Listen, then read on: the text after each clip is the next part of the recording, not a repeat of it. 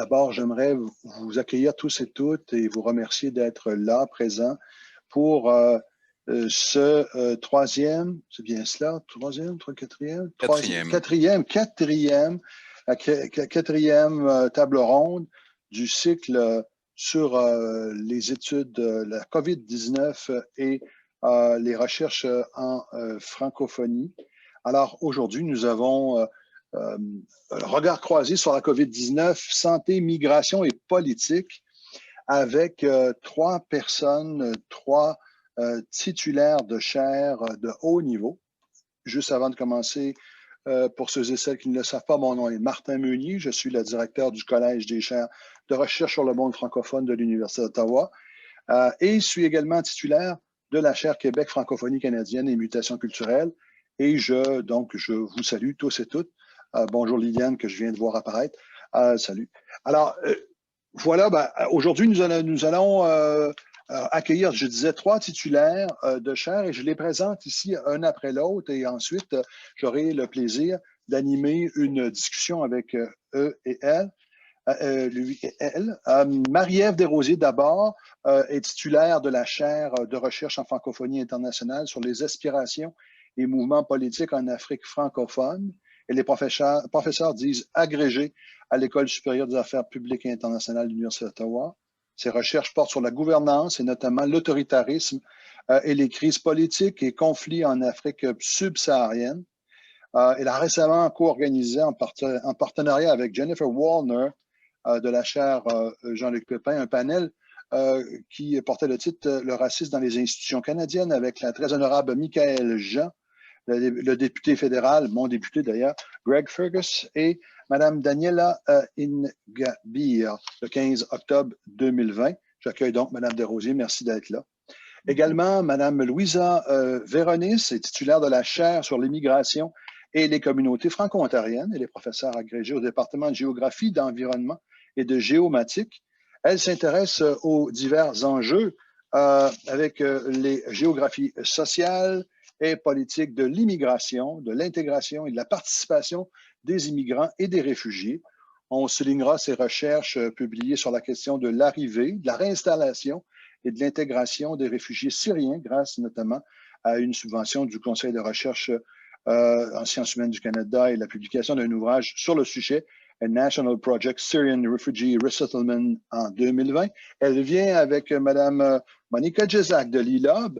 Elle vient d'obtenir une subvention d'engagement partenarial du CRSH pour un projet visant à faciliter l'insertion professionnelle des enseignants de français langue seconde issus de l'immigration francophone qui œuvrent au sein des conseils scolaires anglophones de l'Ontario.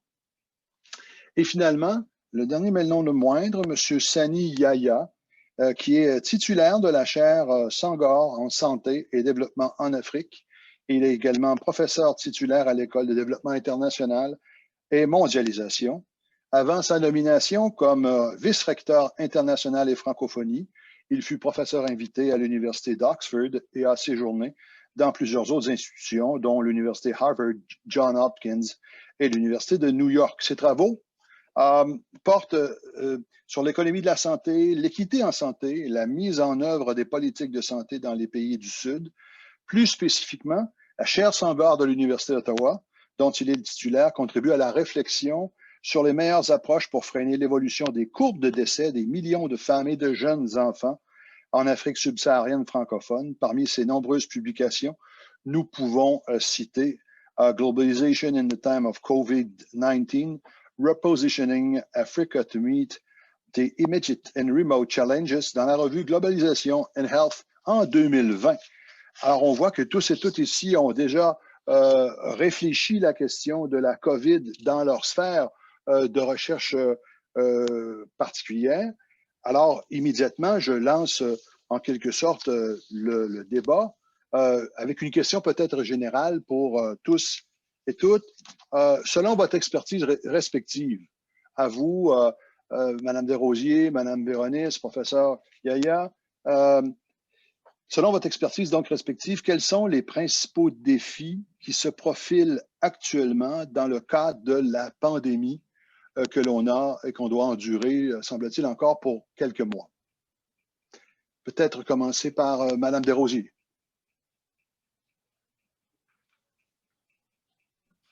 Oui, je m'étais mise sur mute pour laisser la place évidemment au professeur Beunier pour cette belle introduction.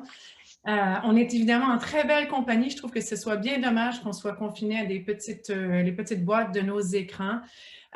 Merci pour la question. Ma réponse sera peut-être plus une contextualisation parce que contrairement à de nombreux chers et titulaire de chaire au collège qui travaille directement sur la santé, c'est évidemment pas le cas.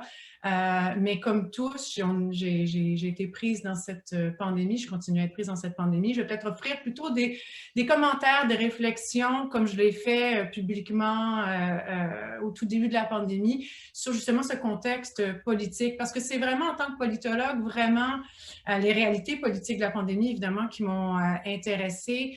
Et mon premier réflexe, dès les premiers jours de la pandémie, ça a été réellement de craindre son impact, surtout dans un contexte politique mondial que je trouve déjà fragile, parce qu'en fait, c'est une pandémie qui arrive dans le cadre d'une crise déjà plus large, plus profonde au sein de nos institutions politiques, puis je dirais de la démocratie libérale, et qui donc, d'une certaine façon, vient exacerber cette crise plus profonde qu'on a dans nos institutions.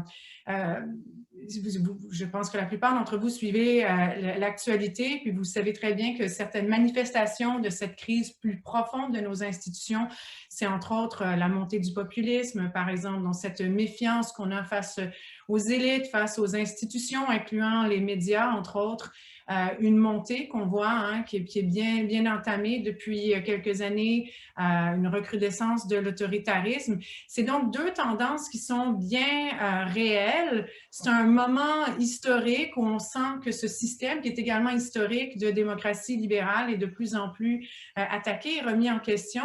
Et je pense que la COVID-19 arrive, puis elle vient jouer là-dedans également. Et elle vient certainement, je pense, mettre de l'avant certaines des failles les plus importantes de notre système qui sont déjà décriées ou qu'on ressent déjà dans certaines de ces manifestations qu'on a vues.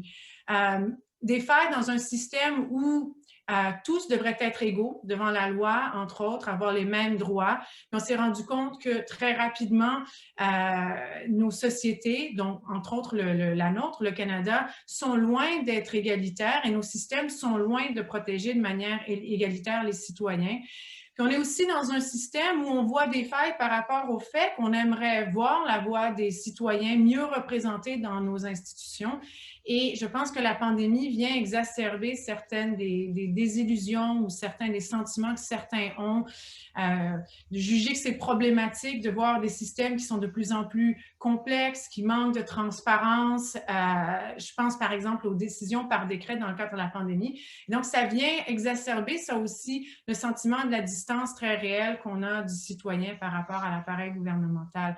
Je pense que ce que je vous dis d'une certaine façon, vous l'avez probablement ressenti. Je pense qu'entre autres, très, très tôt dans la pandémie, on a pris conscience du fait que, par exemple, quand je parlais d'inégalité, que les impacts de la pandémie ne sont pas vécus de la même façon par tous et qu'au contraire, certaines de nos décisions politiques, comme par exemple la décision d'un confinement, a eu tendance à toucher certains plus que d'autres, à venir exacerber certaines des divisions socio-économiques qu'on a déjà en société, à toucher beaucoup plus des contextes qui sont déjà précarisés, à toucher de façon racisée, à toucher de façon genrée, par exemple. Et en fait, moi, je vous dirais qu'on en a beaucoup parlé de ça, de ces impacts économiques de la pandémie, mais j'aurais même tendance à pousser l'idée un peu plus loin puis de vous dire, regardez l'économie pandémique aussi. On est en train de voir une économie se mettre en place autour de la pandémie et qui, elle aussi, nourrit des formes de précarisation et de division qui existent dans nos sociétés. Pour le citoyen qui travaille à la maison, qui magasine à la maison, qui commande et fait livrer à la maison, il y a aussi un citoyen qui continue à produire, à emballer et à livrer. Et ce sont généralement des citoyens qui n'ont pas le choix que d'accepter de s'exposer à des risques additionnels pour subvenir à leurs besoins, pour subvenir aux besoins de leur famille aussi. Donc, pour moi, si je le remets dans un contexte politique, ce qu'on voit, ces éléments-là, c'est quelque chose qui nous rappelle que finalement, il y a peut-être deux classes de citoyens ou des classes de citoyens et que on se le fait rappeler ça dans le cadre de la pandémie et de cette économie pandémique. Et c'est donc, ça vient remettre en question cette idée que le système, il est protecteur de cette égalité devant la loi et qu'on est tous capables de jouir des mêmes droits. Si je pense que cette pandémie vient exacerber certaines formes de division, comme ça, il nous les rappelait, entre autres, elle attise aussi, comme je disais tantôt, la méfiance, la désillusion, peut-être plus que c'était le cas avant. Hein. Pensez que dans un contexte de crise de l'ampleur de la pandémie, on doit prendre des décisions à chaud sur la base de données qu'on développe au fur et à mesure.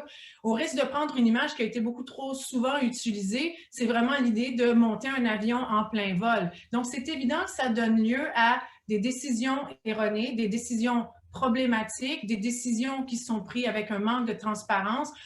Pensez à l'espèce de flip-flop qu'on a eu autour des masques très tôt dans la pandémie. Pensez à toute la problématique et même le scandale autour du nid qu'on a connu au Canada.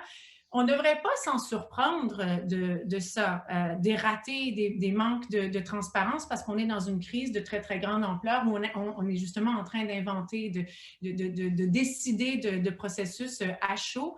Sauf que c'est évident que si on le remet dans un cadre d'une crise plus profonde où on a déjà des frustrations qui existent par rapport au système et entre autres son manque de transparence, ça vient alimenter cette idée que on a un citoyen qui est face à un système qui ne l'écoute peut-être pas, qu'on a peut-être une perte de capacité de contraindre les élites à prendre des décisions qui reflètent un peu mieux notre société. Donc, je pense que c'est quelque chose qui peut alimenter ce type de populisme qu'on entend par rapport à l'idée d'un système pourri, d'un système qui est népotiste, que les élites prennent des décisions pour une clique politique ou pour une clique économique, évidemment au détriment des citoyens. Puis bon, évidemment, sa version la plus pernicieuse, c'est quand ces sentiments finissent par alimenter des théories de la conspiration. Elles ont été avec nous tout au long de la pandémie. Elles reviennent encore avec, je ne sais pas si vous avez suivi dans les médias toute cette discussion autour du Great Reset, l'idée que peut-être cette pandémie, elle aurait été créée de toutes parts ou certainement on va l'utiliser pour jeter à terre tous les fondements de nos sociétés. Des élites le feraient, bien entendu. Donc, je pense que la COVID-19 n'a pas créé cette crise plus profonde et elle ne sera certainement pas le dernier clou dans le cercueil de la démocratie libérale, mais chose certaine, elle pourrait être un accélérateur important de la crise. Merci pour cette table, en quelque sorte, de mettre la table sur le plan des tensions politiques qui caractérisent en quelque sorte le débat. Je poursuivrai tout de suite, peut-être en relançant la question des principaux défis à Sani Yaya. Quels sont, selon vous, les principaux défis donc, qui se profilent dans le cadre de la pandémie actuelle? Merci beaucoup, Martin. Je pense que Marie-Ève a déjà mis la table en effet. Et ce que je vous propose, c'est vraiment d'y aller de façon beaucoup plus spécifique. Mon terrain étant évidemment l'Afrique. C'est là où je mène la plupart de mes travaux et bien entendu, vous comprendrez que ce qui s'y passe me préoccupe énormément. Évidemment, s'il y a une chose qu'on peut retenir, je crois, c'est le fait que la pandémie de la COVID-19 révèle quand même l'extrême interdépendance et la vulnérabilité de notre monde. Et je crois que l'évolution rapide de cette pandémie est essentiellement le fait de deux phénomènes. Le transport aérien et, je dirais, l'extrême densité populationnelle. Du coup, la pandémie, surtout en Afrique, reste une maladie essentiellement urbaine et ça soulève énormément d'enjeux et ça ouvre par la même occasion, je crois, des pistes de réflexion intéressantes. Comme vous le savez, l'Afrique connaît l'un des taux de croissance urbaine les plus élevés dans le monde. Et évidemment, la pandémie a permis de mettre en relief des profondes inégalités qui sont très prévalentes au cœur, évidemment, de ces villes africaines-là. Comme vous le savez, par exemple, le continent africain compte aujourd'hui 1,35 milliard d'habitants, dont près de la moitié, bon, on parle à peu près de 43-45%, vivent dans des agglomérations urbaines.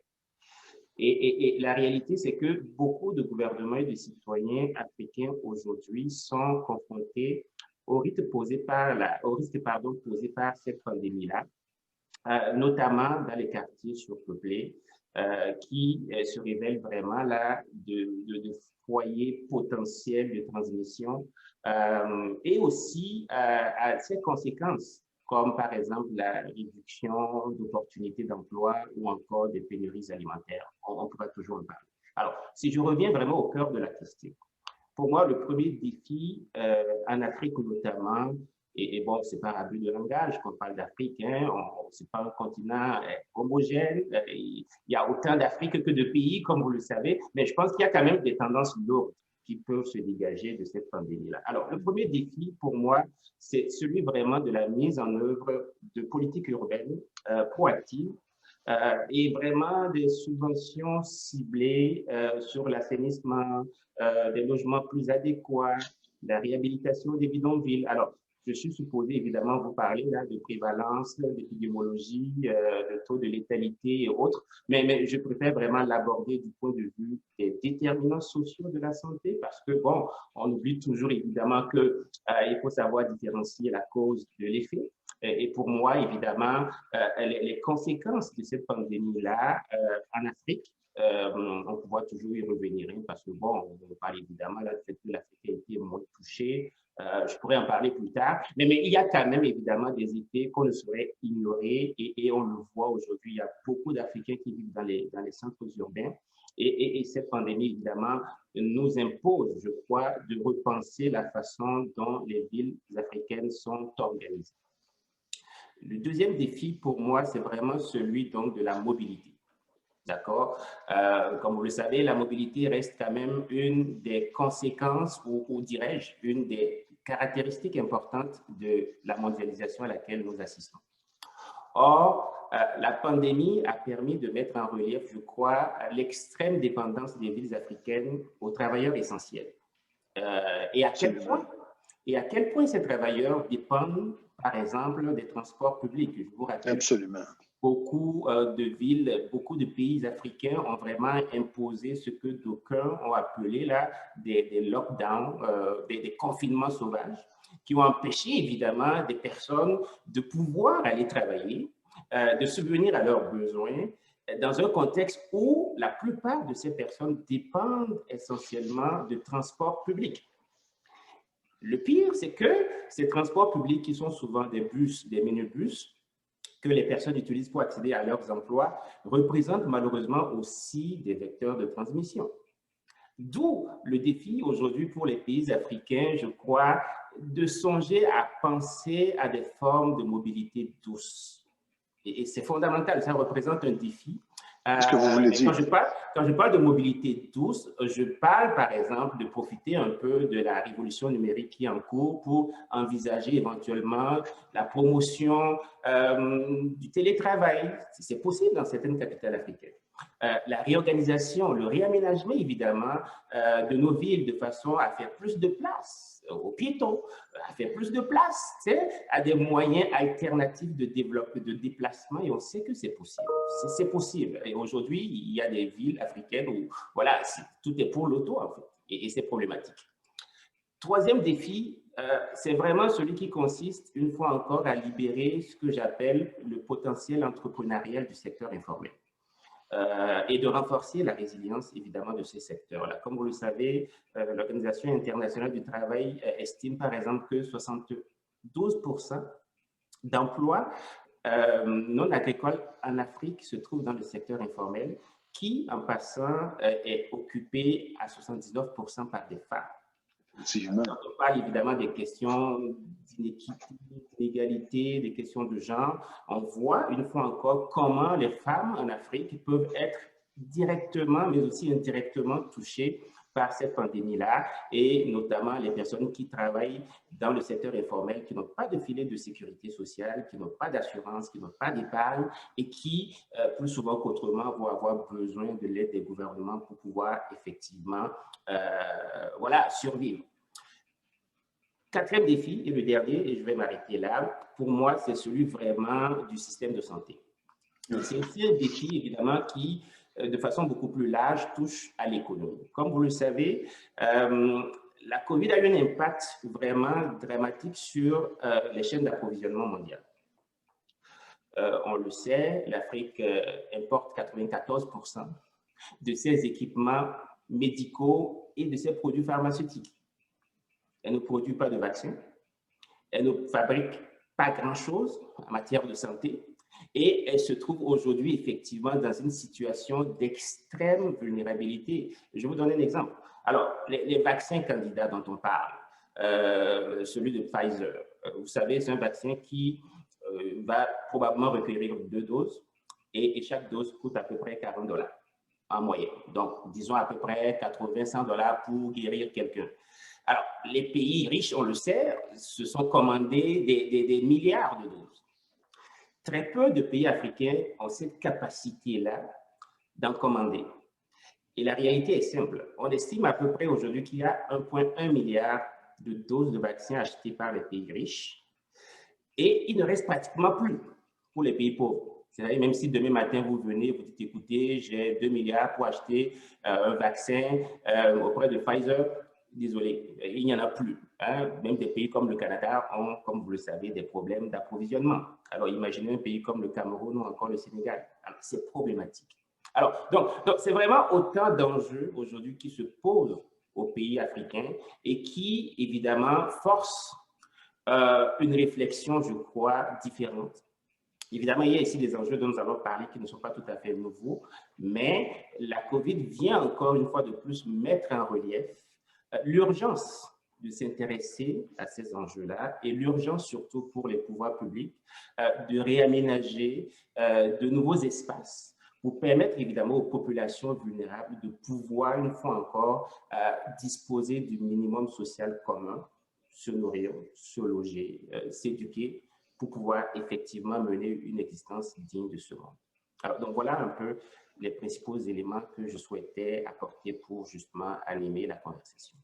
Merci beaucoup pour cette vision assez systématique, on pourrait dire, même des principaux problèmes touchant l'Afrique avec la COVID. Je passe immédiatement la parole à Louisa Véronèse. Qu'en est-il des principaux défis, donc, quant à la question de l'immigration et la question des réfugiés? Tout d'abord, merci beaucoup au collège de nous accueillir lors de cette table ronde, et puis je remercie Martin pour les belles présentations et mes collègues Marie-Ève et Sani pour en fait avoir abordé les thématiques que moi aussi je vais probablement approfondir et puis me pencher sur les aspects plus concrets. En tant que géographe, ce que j'espérais faire, c'est surtout montrer les liens qui nous relient au Canada et ailleurs à travers les impacts que la pandémie a eu au plan des mouvements migratoires, tant au niveau mondial, international, ainsi qu'au Canada, et donc montrer en fait dans ce monde vraiment mondialisé les connexions et puis les défis dont parlait Marie-Ève tout à l'heure, notamment par rapport aux inégalités et à la montée de systèmes politiques autoritaires ou populistes, les impacts que cela a et comment la pandémie risque en fait de renforcer selon où nous sommes.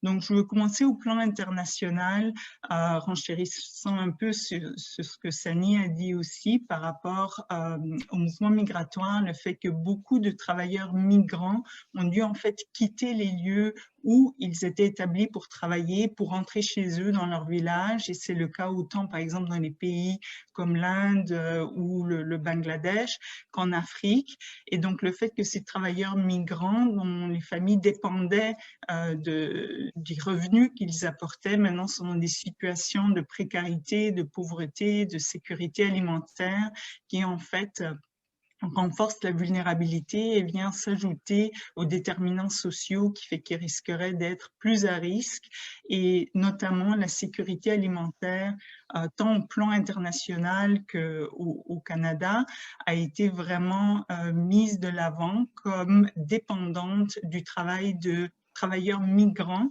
qui occupent les emplois les moins désirants parmi les populations, et des impacts que cela peut avoir au plan mondial. Et puis au cours des 2 dernières décennies, nous avons vraiment frôlé plusieurs crises de risques par rapport à la sécurité alimentaire. D'autre part aussi l'envoi d'argent, que ce soit pour des migrants n'importe où dans le monde, qui souvent envoient de l'argent à leur famille, qu'elle soit proche ou éloignée, et le fait donc que les impacts que tout ceci a sur la pauvreté ainsi que sur le développement, notamment dans des villages ou des régions où l'infrastructure est en manque. Et puis Sunny vient de parler des problèmes de planification dans les villes. Donc vous pouvez imaginer dans les pays pauvres où les infrastructures sont en manque, les envois d'argent jouent un rôle très important. Alors, tout ceci va être ralenti avec d'autres impacts, notamment économiques et ainsi de suite.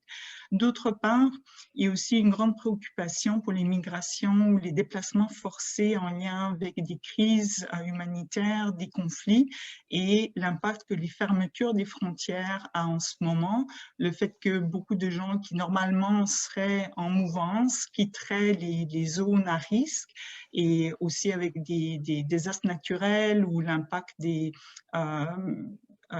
changements climatiques, notamment tout ce qui est des inondations et autres, que ces gens maintenant ne peuvent pas bouger, soit dû à la fermeture des frontières, au risques en lien avec les transports, toutes les difficultés qui se rajoutent aux méfiances dont parlait Marie-Ève tout à l'heure, et aussi une montée de méfiance plus forte, notamment des perceptions, des attitudes négatives par rapport à des populations autres qu'on verrait arriver chez nous, donc des attitudes anti-immigration, voire xénophobes, notamment par rapport à la xénophobie qui a été assez marquée selon les régions. Donc là, je pense que ça risque vraiment d'ajouter à ces méfiances dont parlait tout à l'heure Marie-Ève, notamment par rapport aux élites, aux médias, aux gouvernements qui mettent en place d'autant plus de mesures autoritaires, alors que d'autres parlent du besoin d'ouvrir les frontières justement pour empêcher le renforcement de plusieurs situations qui peuvent être négatives. Maintenant, si nous passons du côté du Canada, on aura vu nettement comme même le Canada est dépendant des migrants, que ce soit les travailleurs migrants saisonniers dans le secteur de l'agriculture, le rôle des étudiants internationaux, notamment pour nos institutions universitaires où nous œuvrons, beaucoup d'entre nous, et aussi les travailleurs essentiels. Alors juste rien qu'avec ces 3 exemples de types de migrants, on voit combien le Canada et puis l'augmentation des inégalités et des divisions socio-économiques se sont renforcées. Et puis là, ces questions du Great Reset et tout, le Canada ne fonctionnerait pas sans ces populations, donc mettant vraiment à jour et accru le système inégal ou contradictoire dans lequel nous vivons, et la dépendance qu'un pays comme le Canada en particulier a par rapport à la migration, à l'immigration, qui font tourner notre économie. Donc, et en plus de tout cela, les autres aspects socio-économiques, notamment les travailleurs essentiels, l'ironie, le fait que ce sont les travailleurs qui doivent être dans ces emplois essentiel, alors que la majorité d'entre nous sommes chez nous à travailler, à parler à travers nos petits écrans, tandis que eux sont là et vont vraiment rouler de sorte que nous, on puisse recevoir nos paquets ou que nos êtres aimés reçoivent les soins dont ils ont besoin. Et puis, bon, je vais revenir plus tard sur les impacts que les populations immigrantes ont vécu par rapport au plan de la santé et le fait que des données émergent comme quoi les groupes migrants et racialisés ont été plus impactés au point de vue de leur santé par la COVID. Donc ici, mon but, c'était plus de faire des liens et démontrer que dans la situation courante et puis par rapport au transport, les technologies que nous utilisons, la complexité des politiques qui normalement gouvernent la planète, combien on est imbriqués et interdépendants les uns par rapport aux autres, rien qu'en regardant au plan des migrations, sans parler de toutes les autres dimensions. Donc, le fait que de loin ou de près, on est tous touchés, on fait partie de ce grand réseau qui a été touché à plusieurs niveaux et à des endroits différents, mais qu'en fait, à la fin, on est tous interreliés, puis donc impactés, directement ou indirectement. Je vais m'arrêter là pour qu'on puisse parler des autres thématiques. Merci. Merci beaucoup, Louisa. Ben là, à vous trois, voyez-vous, vous venez de faire en moins de 25 minutes, à mon avis, vous avez mis la table très binaire, très adéquate. Non seulement, plus que mettre la table, il s'agit d'une synthèse, à mon avis, des principaux paramètres qui couvrent la question sociale et la question de la COVID. Je vous en félicite. On dirait presque que vous vous êtes consulté tant vous êtes, vos présentations se compénètrent parfaitement et se relancent les uns les autres. Tout de suite, peut-être une question, peut-être plus court comme deuxième tour, une question que je demanderais peut-être à Marie-Ève Desrosiers. D'abord, bon, ben, si je comprends bien ce que vous avez dit, il me semble qu'au début de la COVID, on prévoyait un nouveau monde. Je me souviens que dès les premières semaines, on parlait nous arriverons dans un nouveau monde, ce sera la fin d'un monde. Il semble que ce monde ne se finisse pas, justement. Et j'aimerais que vous nous parliez davantage des ramifications politiques, donc les plus importantes, selon vous, qui sont liées à ce monde qui perdure, en lien à ce que vous avez dit tout à l'heure. Merci, merci Martin de la question.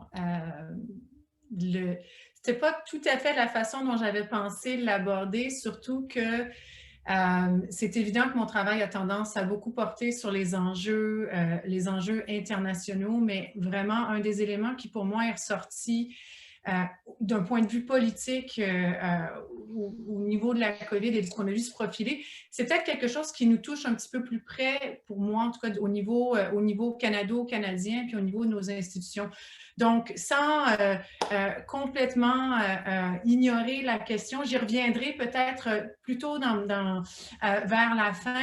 Je vais peut-être nous ramener justement à nos institutions canado-canadiennes parce que, en fait, en termes de ces ramifications politiques, je vais le traiter au singulier. Pour moi, une des ramifications les plus importantes, une des leçons les plus importantes qu'on a vu se dessiner dans toute notre trajectoire, si je peux parler d'une trajectoire COVID, de notre trajectoire dans la pandémie, c'est vraiment au sein des institutions, la relation qu'on a au sein de la sphère politique entre les acteurs politiques d'un côté et les acteurs technocratiques et scientifiques de l'autre, hein, ces fameux experts qu'on va retrouver au sein de l'administration de l'État. Et ce qui se dessinait et ce qui se dessine toujours pour moi, en fait, c'est un peu les dangers de la récupération possible qu'on va faire de cette relation-là dans la joute politique.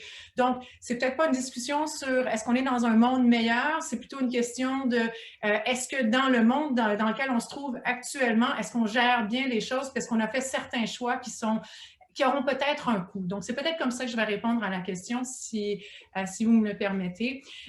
Bien sûr.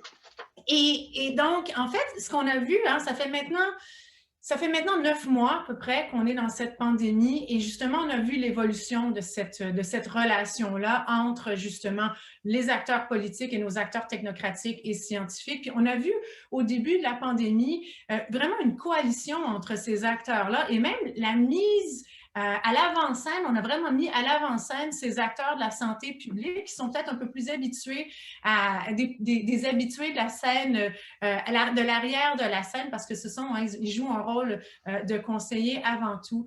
Puis on a été habitués très tôt dans la pandémie de voir ces responsables de la santé publique aux côtés des autorités, des autorités politiques qui nous proposaient des séances d'information, qui proposaient aux citoyens des séances d'information où on faisait le point. On parlait tantôt avant le début formel des chiffres. On est tous là à regarder les chiffres et c'est un panel d'acteurs politiques et d'experts plus scientifiques et technocratiques qu'on retrouve à chaque jour et qui nous parlent tant de la situation que des mesures politiques qui sont mises en place par notre gouvernement.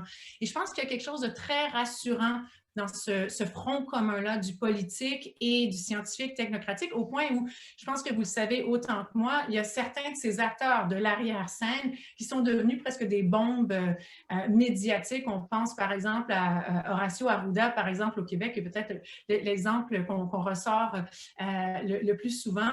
Puis c'est évident, je pense, que cette mise de l'avant de l'expertise dans la sphère publique, les gouvernements en ont très certainement bénéficié. Je pense qu'on a vu un soutien populaire important envers les gouvernements dans le cadre de la pandémie qui, je pense en partie, est le reflet de la légitimité qu'ils ont tirée de la mise à profit puis de la mise en avant de ces experts. Mais des mois plus tard, hein, comme je disais tantôt, là, ça fait 9 mois, on le sait tous, on est accrochés à nos calendriers, regardez combien de temps a passé. Mais des mois plus tard, je pense que c'est évident que cette relation de connivence-là, elle est peut-être en train de s'effriter et commence même à souffrir de cette proximité. Oui, on n'a plus la relation symbiotique qu'on avait peut-être avant et je pense que, par exemple, si on regarde dans un contexte ontarien, on voit que des pressions populaires, des pressions peut-être qu'on pourrait même appeler électoralistes, vont amener nos gouvernements ou notre gouvernement à faire des choix qui contredisent directement ce que pensent et les conseils de nos autorités de santé publique. Donc, on est presque en train de sentir que dans la prolongation de cette pandémie, nos gouvernements sont tiraillants ou se retrouvent dans une espèce de fausse dichotomie où, je ne sais pas si vous avez lu les propos de notre collègue Jacqueline Best en études politiques qui justement parlait de cette fausse dichotomie entre répondre à la pandémie par des mesures sanitaires, ce qui signifie écouter ces experts de la santé publique ou au contraire favoriser l'économie. C'est une fausse dichotomie, bien entendu, mais on sent le tiraillement dans cette relation-là qu'on avait mis de l'avant et qu'on pensait être au beau fixe et qu'il n'est peut-être plus tout à fait. Ça, en fait, cette dissonance-là ne m'inquiète pas nécessairement tant que ça parce que c'est normal qu'on ait justement, hein, je veux dire, la santé publique est là pour donner des conseils. C'est normal que des fois, les gouvernements n'écoutent pas ces conseils, mais on a des allers-retours régulier et très constant justement entre cette entente cordiale et cette dissonance-là, ce qui fait que je pense que ça commence à porter à confusion. Et donc, ce qui m'inquiète vraiment, je vous dirais plus, c'est pas tant le fait qu'on est en train de se diriger vers une certaine dissonance, mais c'est plutôt, dès le début, ce problème de la politisation de la relation. C'est quelque chose que je partageais mes craintes au début de l'été, justement, dans une prise de position publique que j'ai écrite avec un collègue sur le fait que hein, c'est problématique, là, cette proximité toute pandémique qu'on a entre le politique et le monde scientifique et technocratique. En les mettant, ces experts-là, dans la santé publique, dans la sphère publique, d'une certaine façon, on les assujettit aux aléas du soutien populaire et on les assujettit aux aléas de la quête du soutien populaire. Et ce qui fait qu'ils peuvent facilement, dans ce nouveau rôle-là, être d'une certaine façon légitimisés ou délégitimisés beaucoup plus facilement au fur et à mesure des évolutions politiques parce qu'on les met au cœur de nos annonces, parce qu'on les met au cœur de notre gestion très, très public de notre relation avec le public. Pensez par exemple à ce qu'on a vu arriver en termes de toutes les perceptions qui ont entouré la docteure Theresa Tam de l'Agence de santé publique canadienne, qui est maintenant jugée au vu et su de tout le monde et de toutes les prises de position qu'elle fait au quotidien. Pour moi, c'est cet engagement inconsistant qu'on a de nos gouvernements avec les experts, mais surtout, d'une certaine façon, cette politisation de la relation-là, elle vient fondamentalement jouer nuire au rôle que ces acteurs, ces experts, ces acteurs technocratiques et scientifiques doivent jouer, un rôle qui est primordial parce que leur rôle au sein de notre univers politique se fonde, s'appuie et nécessite une grande confiance de la part des publics, de notre public canadien, entre autres. Si on questionne ce rôle-là, si on commence à ouvrir la porte à la délégitimisation de ces acteurs scientifiques et technocratiques, comment on peut s'attendre à ce que les Canadiens aient confiance en nos autorités de santé publique et, le plus important, suivent leurs recommandations.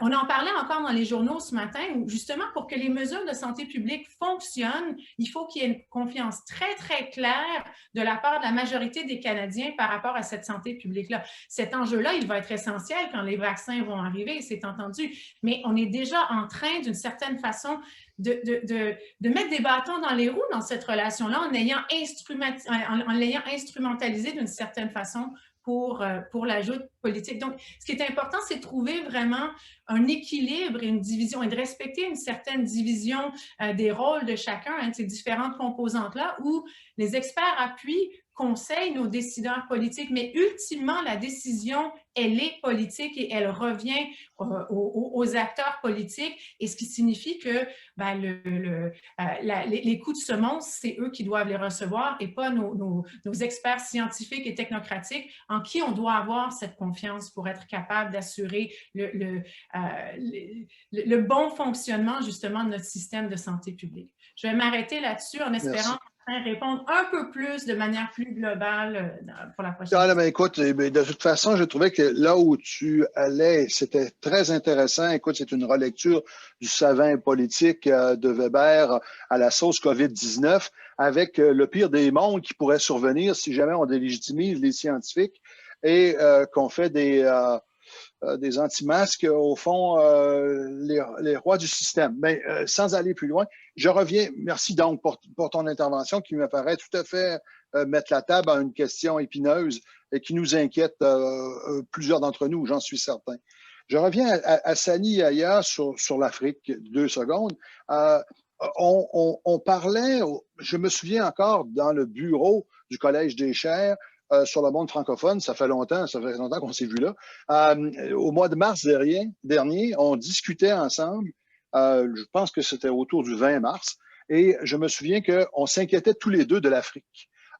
C'est-à-dire qu'on se disait, ah, c'est terrible ici, mais en Afrique, ça sera terrible.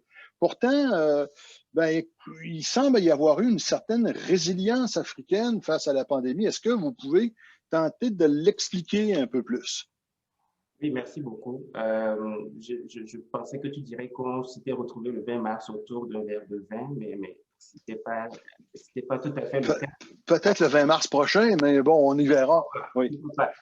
Écoute, Martin, oui, je me souviens, comme si c'était hier, de cette conversation-là, qui m'amène peut-être à vous ramener en 2019, un an plus tôt. L'indice mondial de sécurité sanitaire, c'est vraiment un indice là que nous qui sommes dans le domaine de la santé regardons régulièrement et qui intéresse d'ailleurs beaucoup de gouvernements aussi. Alors l'indice mondial de sécurité sanitaire en 2019, donc c'était hier, avait proposé un classement, ils le font régulièrement, un classement vraiment des pays selon leur degré de préparation aux pandémies. Et croyez-le ou non, le premier pays le mieux préparé, c'était les États-Unis. D'accord? Les États-Unis arrivaient en tête comme le pays le plus préparé, tandis que les pays africains, bien entendu, étaient jugés comme étant les moins capables de faire face à toute menace sanitaire. Et d'ailleurs, selon plusieurs estimations basées sur le même indice. On prévoyait que l'Afrique connaîtrait 10 millions de décès liés à la COVID-19. La suite, on la connaît. On la connaît, c'est que cette prédiction, évidemment, s'est révélée passablement fausse. L'Afrique ne contribuant qu'à 3,6% des décès dans le monde, alors qu'elle compte par ailleurs 17% de la population mondiale. Alors, la réponse courte à la question, oui, l'Afrique a été particulièrement résiliente face à la COVID-19. Mais au-delà des hypothèses, parce qu'il y a eu vraiment là toute une littérature, c'était curieux, hein, parce qu'évidemment, on ne s'attendait pas à ça. Il y a eu toutes sortes là d'analyses savantes, d'hypothèses, plus ou moins saugrenues. Bon, enfin, chacun y allait de ses interprétations sur vraiment les causes véritables de cette résilience africaine-là. Donc, au-delà de ces hypothèses, il y a quand même un certain nombre de faits qu'on peut, je crois, évoquer. Le premier, évidemment, c'est que 10 jours avant la détection du premier cas de COVID-19 dans le continent africain, le CDC africain, là, le Center for Disease Control, donc le Centre de contrôle et de prévention des maladies, parce que là, il y en a un en Afrique depuis maintenant quelques années, c'est tout nouveau, c'est un bébé.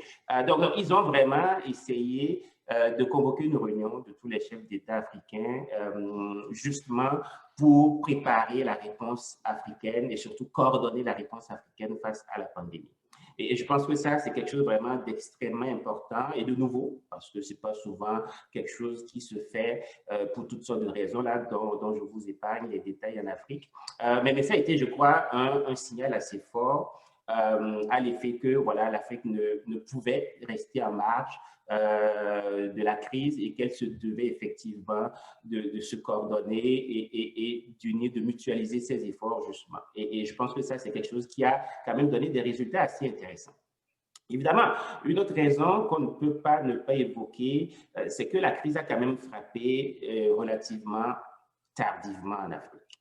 Ce qui a quand même permis, je crois, à plusieurs pays de faire ce que l'OMS finalement a suggéré de faire, c'est-à-dire tester, tracer, isoler et traiter. Alors, les pays l'ont fait avec plus ou moins de succès et je pense que ça contribue aussi vraiment à expliquer cette résilience africaine-là qui, ma foi, est quand même le résultat d'un ensemble de facteurs conjugués. Il est extrêmement, et je crois que la recherche sur cette question sera aussi nécessaire parce que là, on a plusieurs hypothèses, mais il n'y a pas encore vraiment une réponse très claire sur les raisons qui font que l'Afrique, effectivement, a été plus résiliente. D'autres hypothèses, par exemple, ont évoqué la relative jeunesse de la population africaine. Et je pense que c'est un facteur qu'on pourrait ignorer parce que, bon, je crois que quand on regarde les grands indicateurs là, démographiques, on le sait, l'Afrique a une population relativement jeune, alors que la pandémie, quand même, frappe là de façon assez sévère les personnes d'un certain âge. Là, on parle des 60, 65 ans et plus. Donc, de ce point de vue, évidemment, l'Afrique a été relativement épargnée. Alors, mais ce qui m'intéresse moins dans cette crise-là, ce qui m'intéresse davantage, devrais-je dire, c'est moins les effets sanitaires de la crise que ses conséquences à long terme dans le continent. Parce que, bon, là, les gens disent, ben, écoutez, l'Afrique est épargnée, c'est bien, elle a été résiliente, mais je pense que c'est l'arbre qui cache la forêt. Parce qu'à long terme, on le voit, je dirais même à court et moyen terme, il y a des effets immédiats. On le voit. Moi, je m'intéresse beaucoup à la santé maternelle et infantile et on sait que pendant le confinement, des millions de femmes n'ont pas pu accéder, évidemment, à des soins de santé. On parle ici vraiment de santé maternelle, de santé reproductive, pour qui connaît évidemment le fort taux de natalité en Afrique. Alors, c'est des milliers de femmes qui n'ont pas pu évidemment profiter d'un accès rapide aux soins. Même chose, les effets du confinement sur même l'accès à la nourriture. Et à plus long terme, évidemment, même si je suis quelqu'un qui s'intéresse à la santé, ben, je suis quand même un économiste de la santé. Alors, je m'intéresse à la façon dont la santé contribue au développement, donc évidemment au développement de façon générale, mais aussi bien entendu au développement économique.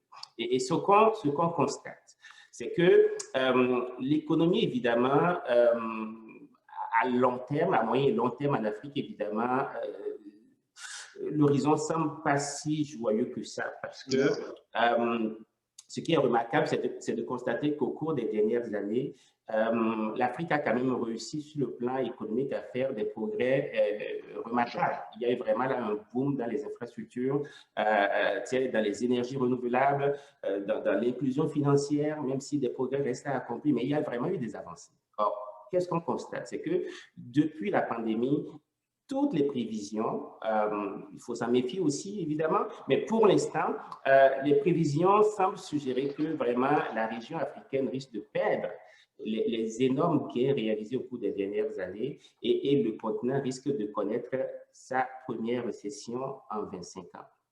Alors, c'est pas rien. C'est pas rien. Et la croissance économique qui était de l'ordre de 2,4% en 2019 va vraiment descendre à un taux négatif. Et on parle de moins de 1% jusqu'à moins 5%. Alors, en Afrique, c'est beaucoup. Ça a des conséquences évidemment extrêmement dévastateurs sur la vie des gens au quotidien. Et je pense que c'est quelque chose probablement qui mérite qu'on s'y attarde un peu plus. Alors, je vais m'arrêter là, espérant qu'on pourra revenir là-dessus avec les questions. Bien sûr. Louisa Véronis, immédiatement, je me tourne vers vous parce que vous avez parlé tout à l'heure des impacts de la pandémie. J'aimerais que vous m'en disiez un peu plus. Quels sont donc les impacts de cette pandémie et des mesures qui ont été mises en place pour contrer cette pandémie sur les immigrants et sur les familles? Merci beaucoup. J'ai trouvé les propos de Marie-Ève très intéressants aussi. J'aurais aimé en savoir plus, mais je vais m'inspirer également de Sani parce que les impacts sont, je pense, à moyen et à long terme, notamment sur l'économie canadienne et possiblement aussi sur la francophonie, des impacts, des effets secondaires, si l'on peut dire ainsi, auxquels on ne s'attend pas ou qu'on n'aurait pas pu prévoir normalement. Donc, je veux quand même faire la parenthèse pour parler de l'impact sur la santé. Et puis, pour cette question, je vais me concentrer uniquement sur le Canada. L'impact sur la santé des populations immigrantes et racialisées, où maintenant les chiffres émergent, notamment dans des villes comme Montréal, Ottawa, Toronto, où on voit nettement que ce sont les populations immigrantes racialisées qui sont le plus touchées. Et là, je me demande s'il y aurait des liens à faire avec ce que Sani disait tout à l'heure par rapport au fait qu'en Afrique, ce sont dans les villes où principalement la pandémie sévit dans les populations et ça a beaucoup à voir avec ces déterminants sociaux de la santé, des populations qui vivent dans des quartiers moins bien nantis, où il y a une surpopulation dans les appartements, plusieurs générations qui vivent ensemble, il y a les questions de pauvreté, de nutrition, le fait que ce sont des travailleurs essentiels qui, eux, sont dans des lieux de travail où ils sont exposés, qui prennent les transports publics. Donc, je me demande en fait qu'il y aurait des liens à faire entre les quartiers comme au nord de Montréal ou au sud d'Ottawa, où en fait ces populations qui sont notamment issues de groupes réfugiés et autres, les liens qu'il y aurait à faire de ce côté-là. Mais maintenant, je vais me tourner plutôt sur les impacts économiques, notamment sur les personnes issues de l'immigration qui étaient récemment arrivées au Canada ou qui sont arrivées même durant la pandémie, ainsi que ceux dont les projets de migration étaient interrompus par la pandémie à cause de la fermeture des frontières et autres, et beaucoup allaient arriver au Canada, et vous avez peut-être vu les chiffres, le fait que le taux de personnes nouvellement arrivées au Canada a chuté d'une manière dramatique. Or, l'économie canadienne dépend en grande partie sur l'arrivée des immigrants parce que… L'injection de capital, bien sûr. Oui, ils payent des loyers, ils achètent des maisons, etc., etc. Donc là, on risque de tomber un peu dans un cycle vicieux où il y a un ralentissement, une récession, ce qui fait que les nouveaux arrivants ne vont pas trouver d'emploi, alors moins viendront et ainsi de suite, vous pouvez imaginer. Donc, la pandémie a certainement un impact indéniable sur l'intégration économique de ces personnes dont on dépend. Le fait que des personnes ne sont pas arrivées à qui on s'attendait et Immigration a annoncé des taux plus élevés l'année prochaine, l'année d'après, ce qui est un bon plan, mais on ne sait pas quel va être l'impact de tout d'un coup recevoir plus d'immigrants que ce qu'on reçoit normalement. Donc, il y a beaucoup d'inconnus, beaucoup de facteurs. Et donc, aussi l'impact sur les travailleurs autonomes, car on sait que parmi les personnes issues de l'immigration, il y a beaucoup d'individus qui doivent se tourner vers l'entrepreneuriat ou des petites entreprises ou être des travailleurs autonomes. Or, on sait que là aussi, la pandémie a eu un impact notamment sur des petites entreprises pour toutes sortes de raisons. Quoique d'un autre côté, certains entrepreneurs, notamment plus jeunes et éduqués, utilisent beaucoup l'économie digitale. Alors là, il y a eu en fait des opportunités d'entrepreneuriat qui peut-être ont des impacts positifs et ce serait quelque chose vraiment à examiner. Bon, la pandémie, le confinement, tout l'impact sur l'apprentissage de la langue, l'intégration sociale, le fait qu'au Canada, on dépend beaucoup des réseaux professionnels, des réseaux sociaux pour obtenir du travail, l'impact sur l'éducation, des personnes dont les diplômes ne sont pas reconnus, mais aussi sur leurs enfants. Et à long terme, quel est cet impact de ces mois qu'on a passés sans pouvoir envoyer les enfants à l'école, les retards que cela cause, et peut-être que nos collègues en éducation, tels que Nathalie, nous en parleront lors de leur table ronde le 20 janvier, si je ne me trompe pas. Donc, c'est à continuer. Et puis, bon, là, beaucoup d'impacts qui, je pense, cumulés pourraient donner des imprévus auxquels il faudra remédier plus tard. Là, un petit peu sur l'immigration francophone, parce que là, on est préoccupé, moins d'immigrants sont arrivés. On sait déjà que par rapport à l'immigration francophone, on peine à atteindre les buts et les quotas qui avaient été ciblés. Or, là, je pense que du côté des immigrants francophones, il y aura un impact beaucoup plus fort. L'impact sur les immigrants francophones en contexte minoritaire est probablement plus élevé aussi pour toutes sortes de raisons, notamment l'isolement social. Déjà, en temps normal, on sait que les immigrants francophones ont des difficultés additionnelles à s'intégrer. Donc là, en situation de pandémie, on peut qu'imaginer. D'autre part, dans nos recherches précédentes, on avait vu que l'accès à l'information, l'accès à la technologie, la littératie digitale sont des défis pour certaines personnes qui sont issues de l'immigration, notamment d'Afrique subsaharienne, en partie parce que beaucoup sont des réfugiés. Et donc là, on peut s'imaginer dans ce contexte où on dépend de la technologie pour être au courant, pour avoir de l'accès à l'information, accès aux bulletins de santé et ainsi de suite, plus la question de l'accès à la technologie et la littératie digitale, les impacts que cela peut avoir. Mais ultimement, je pense qu'il y a une préoccupation pour les communautés francophones en situation minoritaire, et là peut-être même le Québec même, avec les nouvelles récentes au sujet de Montréal, l'affaiblissement de la présence du français, on peut se demander à long terme, le fait que tous ces immigrants ne sont pas arrivés, des défis à l'intégration, qu'est-ce qu'il en sera pour les communautés francophones au Québec et ailleurs, et quels vont être les impacts vu que toutes ces nouvelles familles immigrantes, en fait, vont confronter des défis d'autant plus à cause de la pandémie. Donc, je vais m'arrêter là. Merci.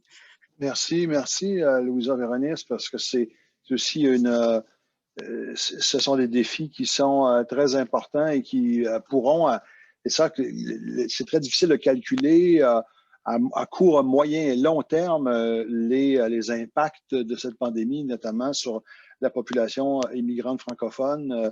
Et je pense qu'il est tout à fait adéquat de s'en inquiéter comme vous le faites.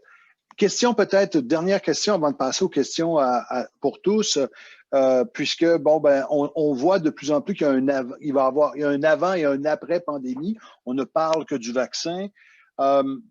J'aimerais savoir, question que je pose à vous trois, et vous répondez qui le désire en premier ou qui le désire en premier. Quelles devraient donc être les priorités pour la sortie de crise et qu'est-ce que devraient faire nos gouvernements qu'est-ce que nos gouvernements devraient envisager pour nous sortir, nous entrer dans cette transition d'une certaine façon. Le premier peut, l'horloge nous sonne 5 heures en même temps. C'est typique ici du collège version virtuelle. Et donc, un des trois peut répondre, soit Marie-Ève, Sani ou Louisa. Marie-Ève. D'accord, ben, si vous voulez. En termes de priorité, c'est évident que ma conception de la priorité va être alimentée ou se nourrit des mêmes craintes que Sani et Louisa ont par rapport au long terme, par rapport à ce que ça signifie sur les impacts, en termes d'impact économique, entre autres. Mais je pense que pour vous amener sur la compréhension de ce qui serait ma priorité, je voudrais peut-être juste contextualiser ma réponse en disant que c'est drôle parce que j'ai parlé beaucoup du contexte politique, j'ai parlé des divisions dans la société, dans nos systèmes politiques. J'avance ces idées depuis le début. Puis je pense que beaucoup de gens pourraient me répondre, oui, mais en même temps, si on regarde les statistiques, les gouvernements, nos gouvernements, hein, différents paliers de gouvernements canadiens ont quand même la cote. Même le gouvernement fédéral continue à être très populaire malgré des scandales qu'on a eus en pleine pandémie. Puis on a aussi l'impression, malgré ces divisions importantes ou le fait qu'on ait alimenté, exacerbé certaines de ces divisions socio-économiques au sein de notre société, on les a vues exacerbées par la pandémie, on a quand même l'impression au quotidien que les Canadiens se serrent quand même les coudes ou quand ils décident d'être... de défier un peu, ben, ils le font aussi collectivement d'une certaine façon. Donc, on est tous ensemble à suivre les consignes ou non, mais il y a cette espèce de solidarité d'une certaine façon, malgré le fait, encore une fois, qu'il y a certaines divisions.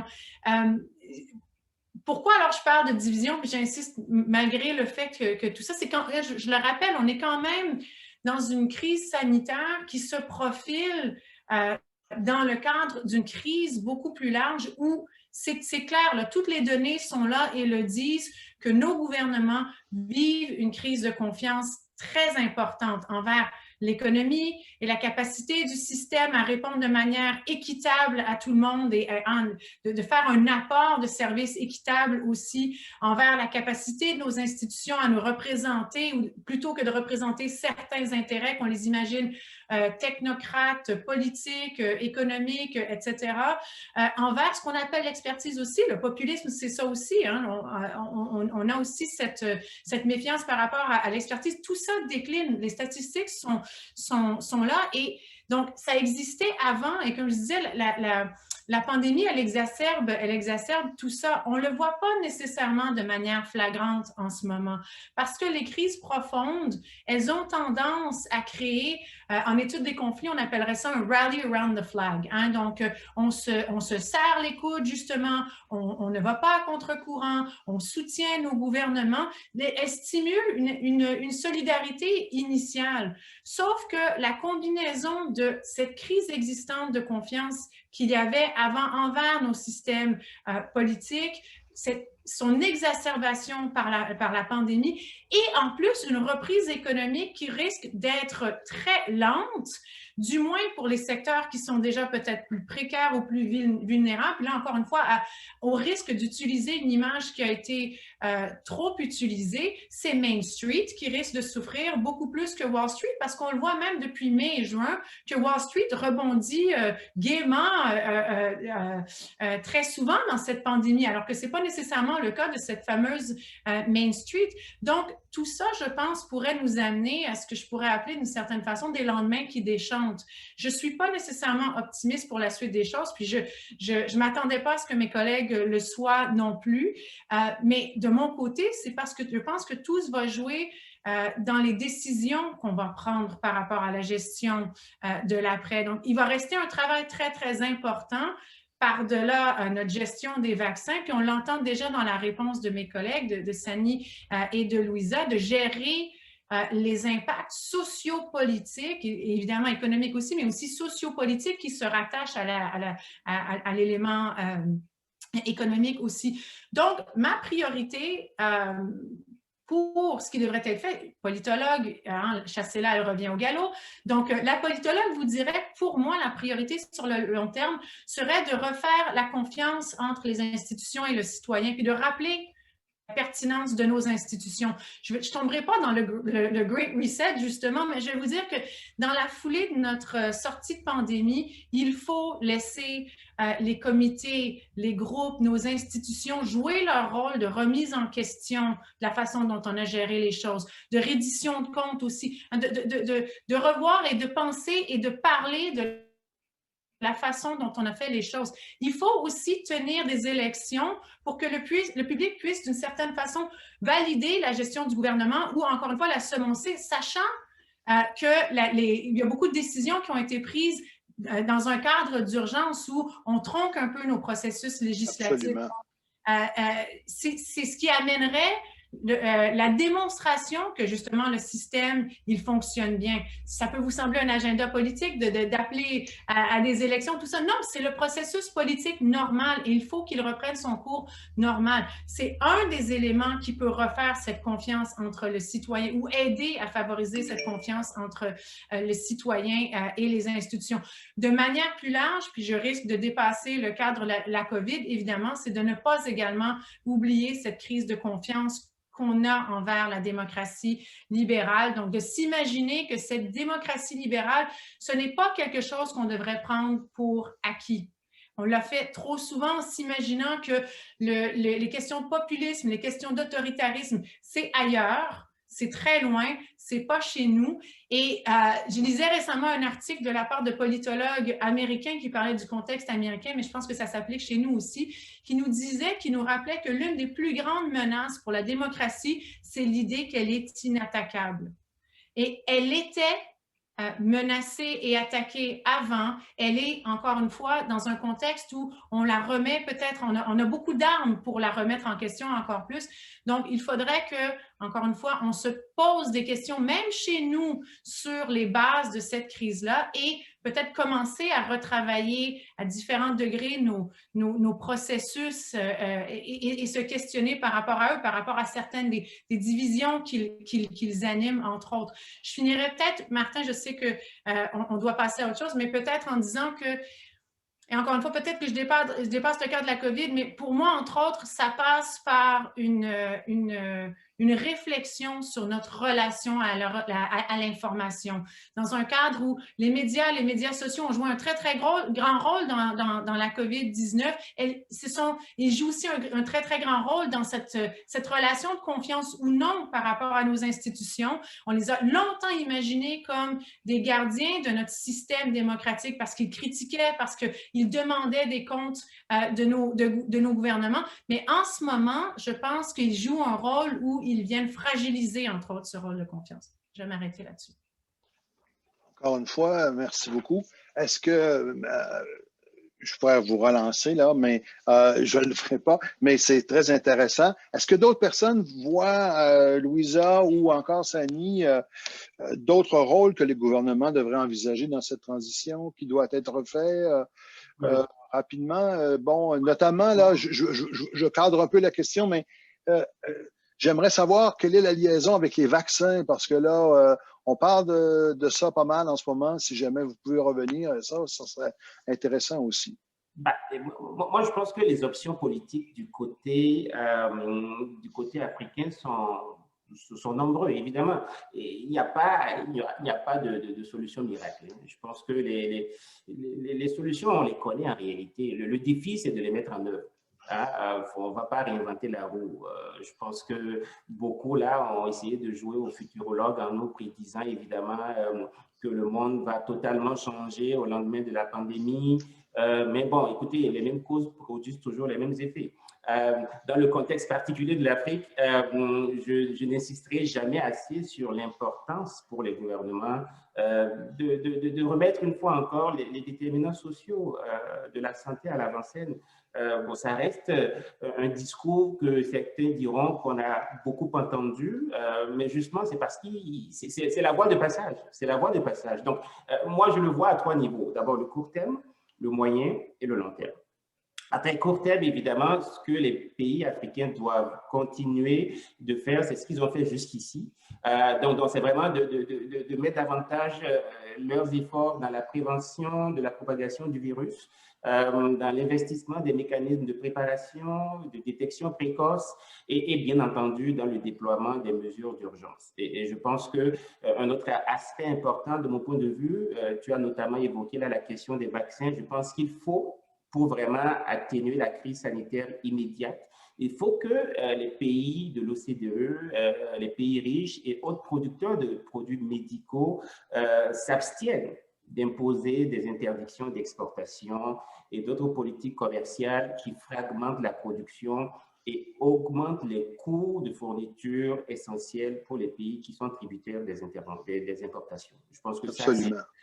C'est fondamental. Tu sais, à court terme, là, il faut régler cette question parce qu'une fois encore, voilà, le monde est un village global. Hein. Tu sais, si la pandémie devrait se poursuivre en Afrique, tôt ou tard, elle va nous retrouver ici en Amérique du Nord, elle va nous retrouver en Europe. Donc, il faut vraiment penser approche globale. Je sais qu'actuellement, tu sais, avec la montée des nationalismes, avec l'isolationnisme, bon, les gens, évidemment, c'est je balaie d'abord devant ma cour, je le comprends, mais en même temps, le monde aujourd'hui, c'est une vaste cour. Et il faut vraiment se préoccuper aussi de ce qui se passe là au fin fond du Congo. C'est fondamental.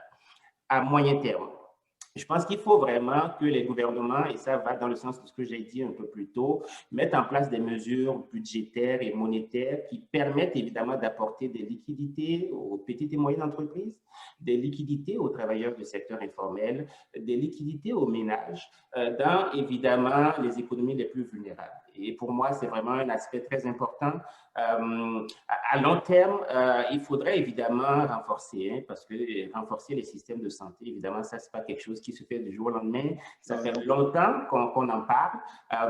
Il y a évidemment d'autres enjeux aussi, hein, les droits de propriété intellectuelle, évidemment, qui minent beaucoup la capacité des gouvernements africains vraiment là, à apporter des réponses fortes aux vulnérabilités dont ils font l'objet et qui font toujours que c'est difficile vraiment de trouver donc des solutions innovatrices. Alors, je pourrais développer davantage, mais là, je vois que le temps file. Je vais laisser évidemment l'occasion à ma collègue Louisa aussi de rebondir sur la question avant éventuellement de pouvoir échanger avec le public s'il y a des questions, bien entendu. Louisa? Oui, parfait. Merci. Merci, Sani. Et puis, je crois que je vais aller dans le prolongement de ce que tu viens de dire et aussi ce que disait Marie-Ève. Tout d'abord, je vais revenir au plan international. Je pense que le cas des crises humanitaires qui semblerait avoir été mis sur pause à cause des fermetures de frontières et tout ça, donc des conflits ou d'autres conflits qui pourraient découler en fait de toute cette pandémie parce que les choses ont été retranchées dans un moment. Donc la reprise des déplacements migratoires, c'est les questions des frontières et je me demande combien les pays en fait vont utiliser leur pouvoir durant la pandémie pour garder les frontières fermées, pour limiter les déplacements. Il y a toutes sortes de choses. Et là, par rapport à ce que disait Stani, le rôle de pays comme le Canada pour soutenir les pays plus vulnérables, surtout par rapport à la pauvreté, au développement, les infrastructures, vu que cette pandémie a eu tous ces impacts, notamment sur les populations plus vulnérables. Donc, le rôle d'autant plus important de la part des pays d'OCDE par rapport à soutenir. Et puis là, on sait que des pays comme le Canada, tout ce qui était l'aide internationale était plutôt en déclin qu'en augmentation. Or là, on va à la fois confronter une situation difficile chez nous tout en devant aider d'autres. Donc, ça va, je ne sais pas quelle va être la posture ou les conséquences. Et puis, au plan du Canada, c'est par rapport, et là, ça a à voir avec Marie-Ève, ce qu'elle disait par rapport à notre confiance en gouvernement, c'est en fait peut-être le besoin de repenser nos politiques migratoires. Et puis, je pense que la pandémie pour IRCC, donc Immigration, Réfugiés et Citoyenneté Canada, a beaucoup appris durant la réinstallation des réfugiés syriens parce que c'était un moment exceptionnel. On a mis des mesures exceptionnelles en place. Le gouvernement a montré une flexibilité inattendue et tout le monde s'est joint, a mis la main à la pâte. Or, on a beaucoup appris pour tout ce qui est le secteur de l'accueil des nouveaux arrivants, des immigrants, des réfugiés durant la réinstallation des réfugiés syriens, qui, je crois, en fait, a préparé pour la situation présente, notamment tout ce qui est le secteur de l'établissement, qui est un écosystème très, très complexe, qui lie plusieurs secteurs, soit la santé, l'éducation, le soutien à l'emploi, etc. Et puis, de ce côté-là, quelque chose que peut-être le public n'est pas très au courant, l'importance que le secteur d'établissement joue au Canada pour soutenir les nouveaux arrivants dans leur intégration, mais le fait qu'il y a une politique et une gouvernance très, très particulière qui est en train probablement d'être chamboulée, vu qu'il y a soi-disant moins de nouveaux arrivants, etc. Or, le secteur d'établissement constitue en fait un bassin d'emploi pour les nouveaux arrivants, parce que ce sont souvent des gens qui sont culturellement, linguistiquement affiliés aux nouvelles populations qui trouvent l'emploi là. Ça joue le rôle un peu de tremplin pour obtenir un autre emploi. Or là, la pandémie est en train de changer d'une manière assez impressionnante ce qui se passe dans le secteur d'établissement. Et puis enfin, le fait que IRCC est en train pour pallier en fait au manque de nouveaux arrivants, de faciliter l'accès au statut permanent de populations pour qui avant il était beaucoup plus difficile, notamment les travailleurs temporaires et les étudiants internationaux. Alors là, il y a des changements qui sont en train de survenir qui montrent en fait que le gouvernement est capable, et c'est une question de volonté ou de besoin ou de pression. Donc, ça va être intéressant de voir, et je me demande par rapport à ce que disait Marie-Ève dans la confiance que les citoyens montrent, qu'est-ce qui va se passer, parce qu'il y aura des conséquences au point de vue des relations internationales du Canada avec les autres pays, notamment ceux qui sont soit économiquement des partenaires importants, soit duquel sont issus beaucoup d'immigrants, notamment la Chine et l'Inde. Et puis d'autre part, en fait, la politique migratoire, qu'est-ce qui va se passer de ce côté-là? Donc, je vais clore sur ça. C'est une grande question, puis c'est vrai que c'est à suivre. J'ai bien hâte de voir, moi, la politique qu'on va accoucher, en fait, après cette pandémie. Je crains le pire, même pour le Canada, ne sachant pas trop les orientations qui vont être prises post-pandémie. J'ouvre peut-être les questions. Nous avons une quinzaine de minutes pour prendre des questions. Nous avons deux façons de prendre les questions. Alors, c'est assez simple. Vous pouvez ou bien par le chat écrire vos questions tout simplement, ou encore simplement prendre la parole en nous demandant en levant votre célèbre main électronique qui, je ne sais pas sur Zoom, elle est où, mais je pense qu'elle est en bas, simplement. Et vous pouvez le faire comme suit. Alors, toutes les questions sont bienvenues sur l'ensemble de la présentation des trois panélistes. Posez même les questions que vous, les questions les plus générales ou les plus particulières. Pas tous en même temps. Est-ce que tu veux que je brise la glace? Louise, vas-y. Voilà, Louise. Louise. Bonjour. C'est parce que j'ai écrit que je ne voyais pas la main. Alors, effectivement, moi non plus, je ne la vois pas. Mais... Donc, je m'impose. Merci, mes chers collègues, de vos interventions. Je pense qu'on n'a pas fini de parler de cette COVID, hein, parce que c'est pas fini, mais il y aura beaucoup, en tout cas, j'imagine, beaucoup de leçons que j'espère qu'on sera capable de tirer, parce que chose assez étonnante, c'est que on n'a quand même pas évolué depuis les dernières pandémies en termes de moyens. Alors ça, c'est assez fascinant. C'est la distance, le lavage des mains, puis l'isolement, le confinement. Alors, on est dans les mains. Mais ce qui est dramatique, c'est effectivement des systèmes de santé pour lesquels on paye énormément, on met beaucoup de nos sous publics dedans, 50% de nos budgets, n'ont pas été capables sont pas capables de soutenir les soins nécessaires. Puis, il faut quand même aussi rajouter, puis il faut le dire quand même, sans faire de l'agisme, mais quand on désagrège les données, et c'est très important quand on fait l'analyse des déterminants sociaux de la santé, de les désagréger, la mortalité quand même touche des personnes âgées frêles, très frêles, et là, c'est catastrophique parce qu'on les a mis dans des conditions que moi, je trouve absolument insupportables.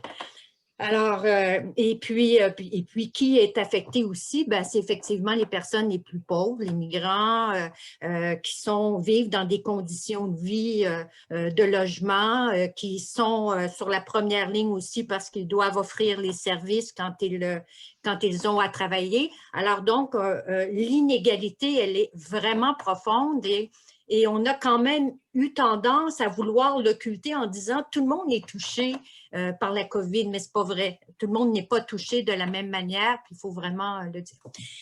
Bon, ça, c'était le commentaire général. J'aimerais revenir, Marie-Ève, sur un point. Je voudrais avoir que tu m'éclaires sur, quand tu parles de la fausse dichotomie, je comprends très bien quand tu exprimes la politisation qu'on a faite des experts et des politiciens, hein, ça a été assez évident, mais en quoi... pourquoi tu abordes cette idée de fausse dichotomie? Je ne sais pas si je l'ai bien compris parce qu'il faut quand même voir qu'il y a eu des décisions politiques très différentes et des décisions sanitaires aussi un petit peu différentes selon l'évaluation qu'on en faisait. La Colombie-Britannique, par exemple, a quand même réagi assez bien, assez vite sur le problème. La Suède, d'autres pays, en tout cas, ont mieux fait les choses manifestement. Et ici, c'est vrai qu'on a camouflé beaucoup de nos ratés sous le couvert de la science, là, mais en même temps, il faut dire que la science n'est pas unique, elle n'est pas consensuelle non plus. Elle se fait aussi en temps... elle aussi, là, c'est l'avion qu'on bâtit en plein vol là, pour la science. Et il y a plusieurs sciences aussi. Il y a la santé publique, l'épidémiologie, la virologie, enfin, toutes ces sciences ne sont absolument pas consensuelles. On ne le sait pas trop. Alors, c'est sûr que c'est une crise sanitaire et c'est une crise économique, forcément, mais que voulais-tu dire par cette idée de fausse dichotomie? Est-ce que j'ai mal compris peut-être ou j'ai mal... c'est juste que j'ai été frappée par cette... Est-ce que je réponds tout de suite ou est-ce qu'on prend d'autres questions? On peut peut-être prendre d'autres questions rapidement. Louise. Eric était en ligne de front, il voulait briser la glace brisée par Louise. Est-ce que Eric veut revenir? Oui, mais s'il n'y a pas d'autres. Juste une observation. Oui, vas-y, Martin. Vas-y, Eric. Non, il me semblait qu'au début de la pandémie, il y a eu un certain nombre de déclarations très internationalistes de la part de certains gouvernements. Le vaccin va être gratuit, on va vraiment travailler ensemble, c'est une pandémie. Puis on n'entend plus ça, plus du tout. Donc, je pense que ce sera quelque chose d'intéressant à analyser aussi, que finalement le confinement n'est pas seulement physique, mais il est peut-être idéologique, ou en tout cas on se protège tous et on se renferme de plus en plus, à tel point qu'on ne sait plus ce qui se passe dans certains pays, ou qu'est-ce qui se passe en Chine, qu'est-ce qui se passe en Inde, ça nous parvient même plus alors que c'était au centre de la pandémie dans les premiers mois. Donc, si vous avez des commentaires, merci. Moi, j'ai deux petites questions qui sont très différentes, mais qui, après ça, on vous laisse aller. Ma première question, puisqu'on a un vice-recteur à table, quelle est la conséquence d'une pandémie pour les universités canadiennes? Ça, c'est une question, à mon avis, qui peut se poser. Et de l'autre côté, une question générale, peut-être à Louisa et davantage à Marie-Ève. On va être bientôt à 400 milliards de déficit. 400 milliards, c'est un tiers de la dette totale du Canada, contractée en moins d'1 an. Donc, 1 an pour 150 ans, un tiers. Est-ce qu'on ne peut pas penser que sur le plan politique et sur le plan de l'immigration, il y a des choses qui vont être directement liées avec comment on va traiter ce déficit dans les prochaines années? Déjà, hier, on commençait, j'ai vu ça aux nouvelles rapidement, on se donnait 7 ans pour essayer de sortir du déficit, puis on montrait que ça allait être 150 milliards l'an prochain, 75 milliards l'année d'après, et puis on supputait complètement. Mais on était déjà dans des plans quinquennaux. Quelle est, au fond, votre idée là-dessus? En quoi ce déficit va-t-il... évidemment, Sani, économiste, si jamais tu veux parler de ça aussi, libre à toi. Donc, on a 4 questions sur la table. Je vous laisse la parole, messieurs, dames. Qui veut commencer? Je pense qu'Ève avait le droit. Ben, en fait, j'allais peut-être directement répondre à Louise. Merci pour la question, Louise. En fait, l'idée de la fausse dichotomie, je la reprenais des écrits, entre autres, de notre collègue Jackie Best en études politiques, mais je suis d'accord avec elle sur ce que ça représente. Je pense qu'elle s'inspirait, entre autres, principalement de certaines des actions du gouvernement ontarien, peut-être du gouvernement fédéral aussi. Donc, j'ai bien noté que tu nous parlais d'autres contextes, mais si on regarde, entre autres, certaines des décisions qui ont été prises dans un contexte ontarien, on a vraiment cette impression qu'on passe soit du tout sanitaire au tout économique. On est vraiment entre... on passe vraiment de l'un à l'autre et où c'est soit justement on doit fermer, on doit confiner, on doit limiter les contacts, on doit limiter l'accès au commerce, par exemple. Donc, cette idée vraiment d'un contrôle très, très sanitaire, ou on passe à un moment où il faut au contraire qu'on appuie nos entrepreneurs, qu'on appuie notre économie, donc on doit réouvrir pour... Alors, pourquoi c'est l'idée d'une fausse dichotomie? Je ne l'ai pas exploré évidemment dans le cadre de la présentation, mais c'est l'idée que c'est bien entendu que il y a des ponts entre ces deux univers-là et que la gestion de la pandémie doit aussi prendre en compte le fait que quand on ferme, quand on confine, il y a une part de l'économie qui ne peut plus faire son travail non plus. Donc, il y a un impact économique au confinement. Donc, quand on prend des décisions sanitaires, il y a des impacts au niveau de l'économie. La même chose que, je veux dire, il faut qu'on encourage notre économie et tout ça, mais ça signifie aussi que pour être capable d'encourager notre économie, on doit protéger nos citoyens, on doit s'assurer qu'ils ne tombent pas malades, etc. Donc, c'était vraiment pour elle cette idée du fait que pour l'instant, c'est comme étrangement, on est 9 mois dans la pandémie, mais on demeure dans une forme de réactivité où c'est tout l'un ou tout l'autre sans commencer à concevoir que la reconstruction, et c'est drôle parce qu'évidemment, on a tous les trois joué le jeu de dire, bon, mais Louisa va parler de l'immigration, des impacts sociaux de l'immigration, etc. Sani va parler du Sénat, mais je pense qu'on est tous très, très conscients, puis c'est revenu dans les discussions régulièrement, que ce sont des vases communicants. Et donc, c'était vraiment cette idée. D'ailleurs,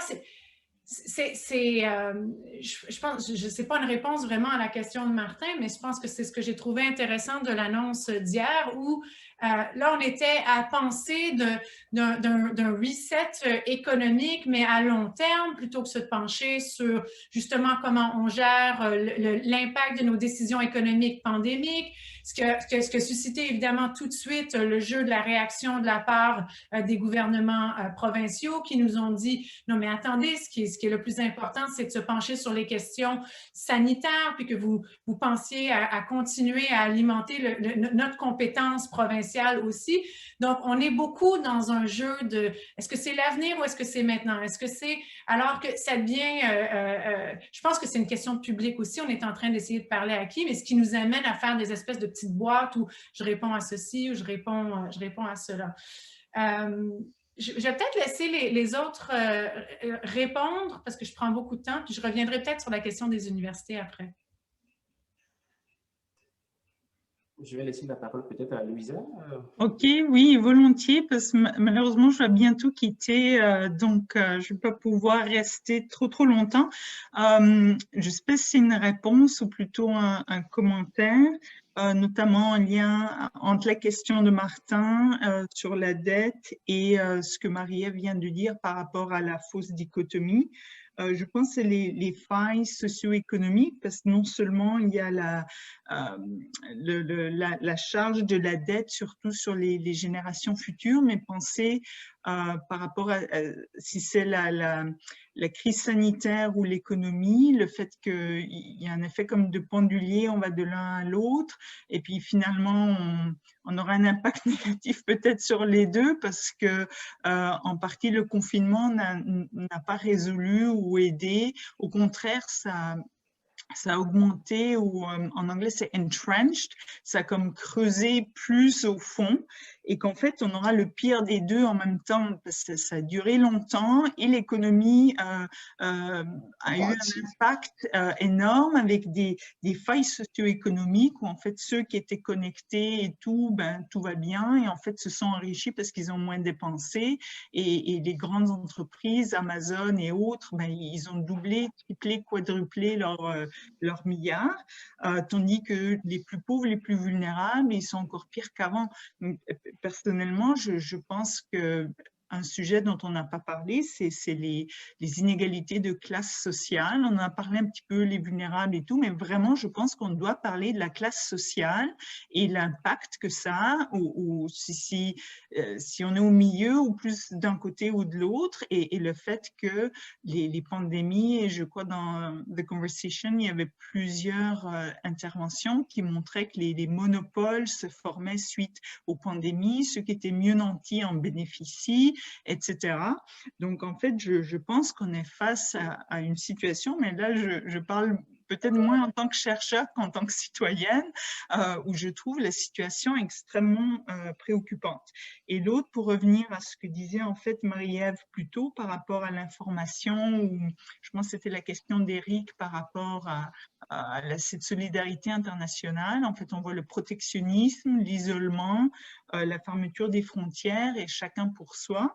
Et le fait que cette crise, je me demande jusqu'où elle est due en fait à une crise médiatique, une crise de l'information, notamment l'impact des médias sociaux d'une part, mais aussi de l'autre, le fait que les systèmes médiatiques sont devenus très politisés, où en fait c'est les fake news et tout ça, et en fait on peut plus confier en rien. Moi personnellement je confie plus, d'ailleurs j'ai arrêté même de regarder les médias, et puis je me fie à des sources qui moi me semblent plus fiables, parce qu'il y a vraiment une crise de confiance dans nos gouvernements, les élites politiques, mais aussi les moyens de communication, et notamment la transmission de l'information, où on ne sait plus à qui on peut se fier, et ça, je pense, a empiré avec la situation de la pandémie, notamment ce que disait Marie-Ève par rapport aux acteurs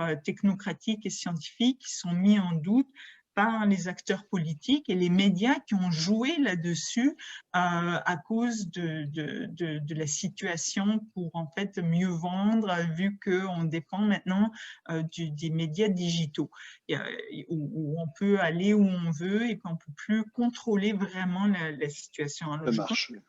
C'est une crise qui, moi, je trouve très préoccupante, et ça affecte nos institutions. Donc là, je vais donner la balle à Sani qui va peut-être parler des universités, parce qu'il y a aussi une crise par rapport à l'éducation et des impacts économiques que cela aura, en tout cas au Canada, par rapport au financement que les universités, vu que l'Ontario, là, maintenant, va de l'avant avec les nouveaux modèles de performance, etc. Et puis, en fait, il y a aussi une crise par rapport aux institutions postsecondaires, et quel rôle vont-elles jouer dans ce contexte-là? Bon, C'est Louisa. Je pense que Louisa, elle m'arrache les mots de la bouche. C'est justement de ça que je voulais parler en réponse à la question de Martin. Je pense que la pandémie pose concrètement le problème du financement public de l'éducation. Et on le voit, je pense que, bon, on a vu l'énoncé là, économique de la vice-première ministre hier, on a vu le budget de l'Ontario, et ma foi, je n'ai pas entendu les différents paliers de gouvernement parler de l'éducation comme vecteur de relance de l'économie. D'accord? Comme vous le savez, nous dépendons évidemment en partie des financements publics pour justement accomplir là, nos missions en matière d'enseignement, de recherche. Et c'est clair que depuis quelques années, le financement public des universités, des institutions d'enseignement de façon générale, rapetisse là comme peau de chagrin quotidiennement. Et je peux vous assurer que la pandémie risque d'être vraiment là l'un des derniers clous au cercueil.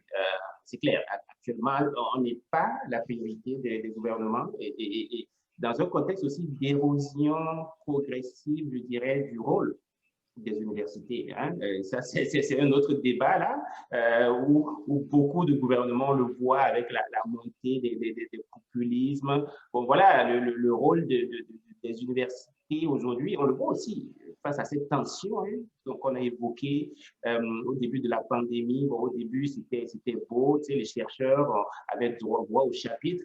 Mais au fur et à mesure que les choses progressaient, ben, c'est de moins en moins le cas.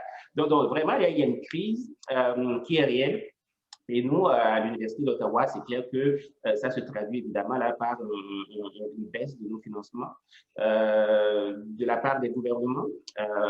Ça se traduit aussi par un financement, une baisse de financement de la part des étudiants, parce qu'il faut garder à l'esprit que la pandémie a un impact immédiat sur la mobilité sortante et entrante, surtout la mobilité entrante, parce que bon voilà, on a beaucoup d'étudiants internationaux dont nous tirons une partie de nos revenus, ce n'est un secret pour personne, et dans les prochains mois, ça va se corser parce que on est maintenant dans un marché désolé de m'exprimer ainsi, mais c'est une réalité. On est dans un marché qui est extrêmement, je dirais, congestionné, où bon, voilà, on compétitionne là, dans l'attraction des étudiants internationaux avec bon, voilà, les Oxford, et puis on est de plus en plus dans les mêmes marchés avec des universités australiennes, britanniques, américaines, et tu sais, voilà, l'éducation aujourd'hui est devenue vraiment une marchandise.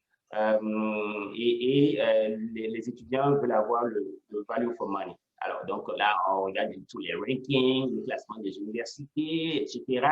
Et j'avoue que ça nous place quand même dans une situation extrêmement précaire. On peut dire beaucoup de choses sur l'impact de la pandémie sur les universités, mais bon, nous, en tant qu'enseignants, on le vit au quotidien. Bon, les cours actuellement qui sont en ligne, certaines universités veulent profiter de la pandémie pour justement opérer un shift, un changement de paradigme, en offrant évidemment de plus en plus de cours en ligne, ce qui a pour effet immédiat de réduire les coûts, d'augmenter le nombre d'étudiants. Alors, donc, ça soulève énormément d'enjeux. Et je pense que l'Université d'Ottawa n'est pas la seule qui va devoir faire des choix et se positionner clairement face à tous ces différents enjeux. Merci, Sani. Marie-Ève, tu voulais dire un mot sur les universités. Est-ce que tu veux toujours en dire un mot? Non, je pense que Sani a tout couvert. C'était vraiment sur cette idée de repenser un peu nos modèles de financement. Excellent. Ben, écoutez, je vois qu'il est maintenant 17h40. Nous avons dépassé de beaucoup la période impartie, mais en même temps, nous voulions en quelque sorte traiter l'ensemble des sujets. J'aimerais donc remercier Marie-Ève Desrosiers, Louisa Véronis et Sani Yaya pour leur contribution. Donc, je vous remercie et bravo à tous et à toutes. Je veux vous rappeler que le 20 janvier, nous aurons notre 5e table ronde, cette fois-ci sur la COVID et l'éducation, le thème sur lequel on finit aujourd'hui, mais cette fois-ci en repensant tous les aspects aussi de l'éducation primaire et secondaire et la question évidemment de l'Ontario français et de l'enseignement évidemment partout dans la francophonie. Donc, je vous remercie à tous et à toutes d'avoir été là. et je vous souhaite une belle fin de soirée. Merci beaucoup.